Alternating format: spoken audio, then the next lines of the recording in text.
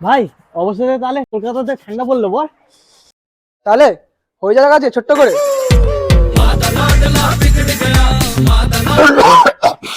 ভাই ঠান্ডা লেগেছে জানিস, অ্যান্টিবায়োটিক খেতে হবে মনে হচ্ছে।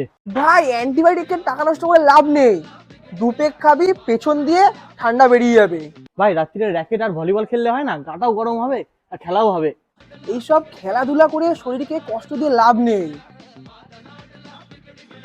দু পেক খাবি এমনি শরীর গরম হয়ে যাবে। ভাই সামনেই তো যিশু পুজো, চ সবাই মিলে কোথাও ঘুরে আসি বাইরে। ভাই ওটা ঘুরতে গিয়ে পয়সা নষ্ট করে লাভ নেই, ঘরে বসে দু পেক খাবো, চ পুরো পৃথিবী ফ্রিতে ঘুরবো। ভাই বিকালে একটু শিক কাবাব, চিকেন পকোড়া, চিকেন কষা করলে হয় না, পুরো বিকালটা জমে যাবে। হবে নাকি আজকে? পকোড়া? ভাই প্রাণী হত্যা ও বায়ু দূষণ থেকে আমি 10 হাত দূরে। জল খা ভাই, জল খা, পরিবেশও ভালো থাকবে, আমরাও ভালো থাকবো, জলই জীবন।